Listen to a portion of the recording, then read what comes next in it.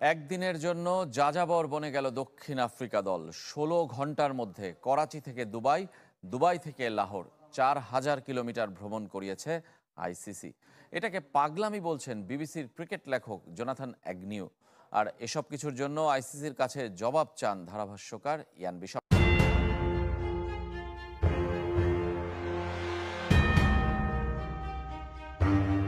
Champions trophy নিয়ে বিতর্কের যেন শেষ নেই। শুরুর আগে যত টানা হয়েছে টুর্নামেন্ট গড়ানোর সঙ্গে তা বেড়েই চলেছে, যার সবটাই ভারত ক্রিকেট দলকে কেন্দ্র করে।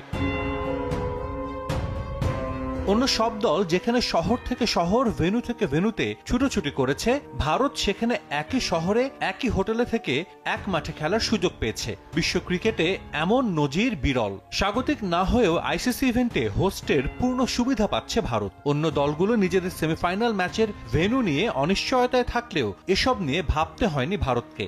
সফরের কোনো ধকলই লাগেনি তাদের। শুধুমাত্র ভারতের জন্য সাউথ আফ্রিকা দলকে ১৬ ঘন্টার মধ্যে করাচি থেকে দুবাই, এরপর দুবাই থেকে লাহোর মোট ৪,০০০ কিলোমিটার ভ্রমণ করতে হয়েছে। সবকিছু মিলিয়ে ভারতের জন্য এটাকে বড় সুবিধা বলে মন্তব্য করে আলোচনার ঝড় তোলেন নাসের হুসেন, মাইকেল আথারটনের মতো সাবেক ক্রিকেটাররা।